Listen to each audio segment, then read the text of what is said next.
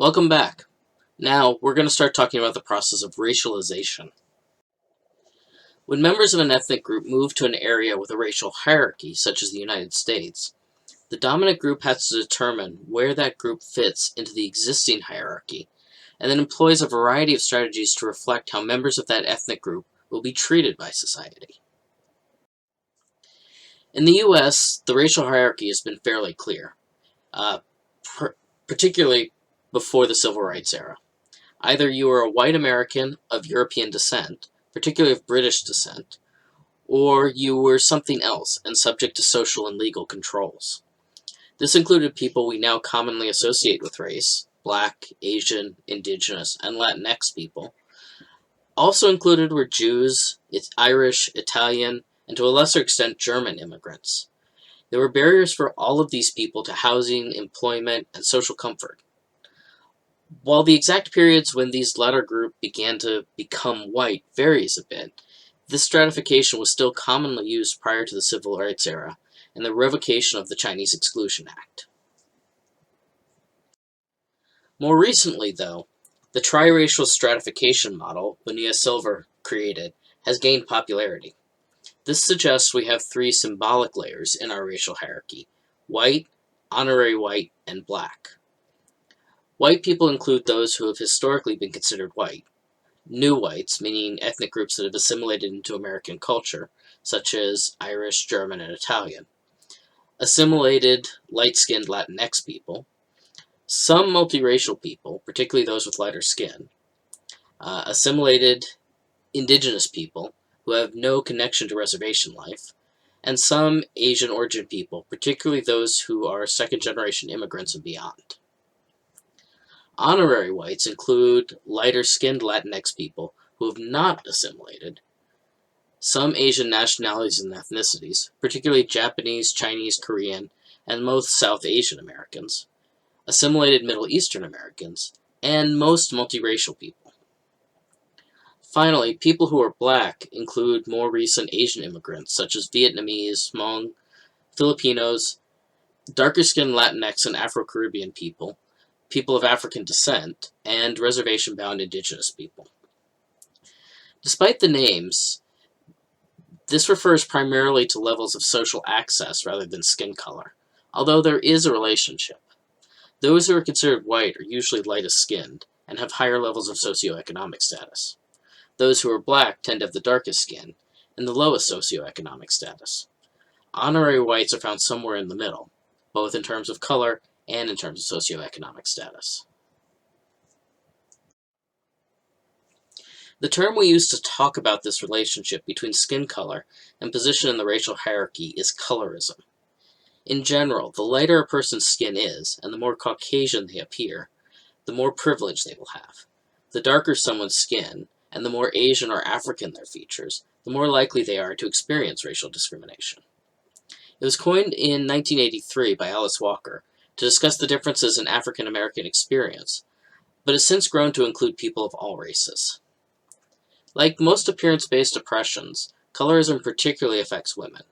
There are countless products available that are advertised to lighten one's skin, and many photos are digitally lightened in the media. This is Sammy Sosa, a former Chicago Cubs baseball star. He has freely admitted he uses a bleaching cream, which has been linked to causing skin cancer, and that has significantly lightened his skin. He's faced significant backlash for it, and has been accused of self-loathing and internalized colorism. He's denied this, but it's also possible he's unconsciously absorbed the message of colorism. We can see the process of racialization when we examine the path of South Asians in the United States. South Asian immigration was restricted until 1965, just like immigration from all Asian countries.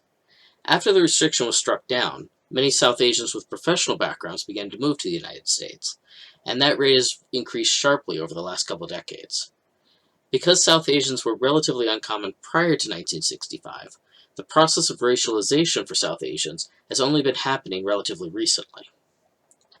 As the population of South Asians has increased, We can clearly see how the process of racialization has happened. It started with othering, making fun of accents, exoticizing Asian religions, appropriating clothing and art designs without credit. Negative stereotypes popped up, suggesting that South Asians were poor, uneducated, unclean, and particularly for South Asian women, downtrodden and trapped in a patriarchal system. The media has had a significant role in spreading the racialization message. Early on, most South Asians were foils for white Americans, cab drivers, store clerks, and so on, and were often the butt of jokes. Apu from The Simpsons is a classic example of this sort of foil.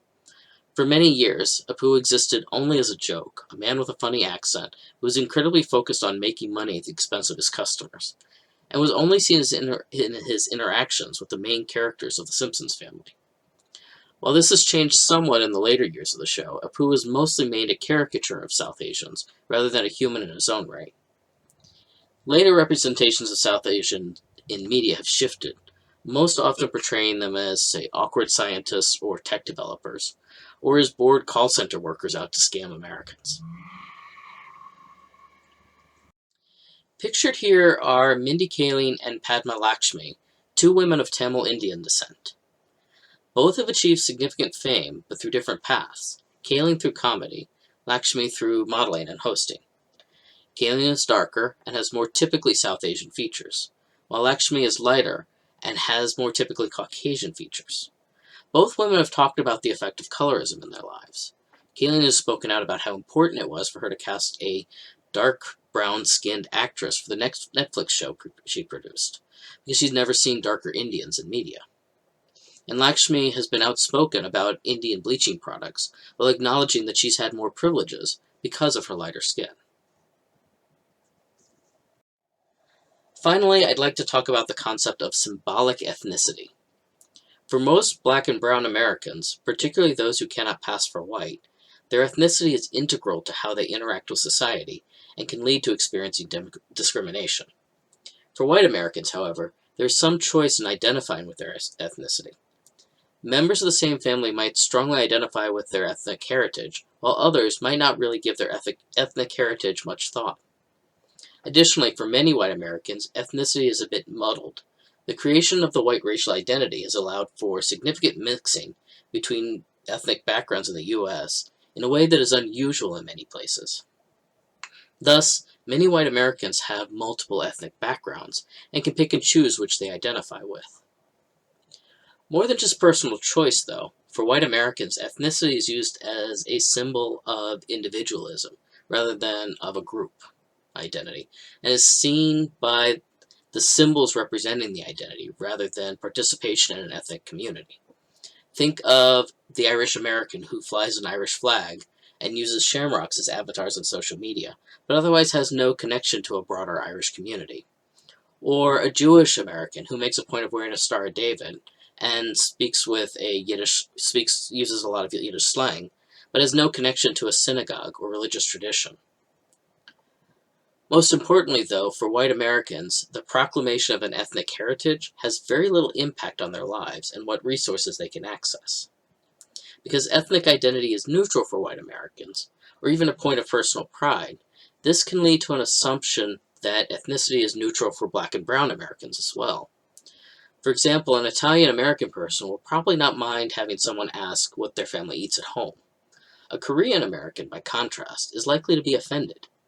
An Italian American's ethnicity is a self-identification and does not create many issues in their day-to-day life. The Korean American's ethnicity is thrust upon them and can be a source of othering and discrimination. For the Italian American, there's no judgment assigned to what they might eat at home. But for the Korean American, it's usually seen as a way to point out the differences between them and typical American home life. Before we move on, I'd like you to think on this idea for a minute. College is a time when many people, particularly white people, come into contact with people from ethnicities they haven't encountered before. This can cause some friction and misunderstandings to happen. I'd like for you to reflect on whether you have encountered or witnessed any conflicts like this during your college career, or during any other sort of experience of similar nature, like military service.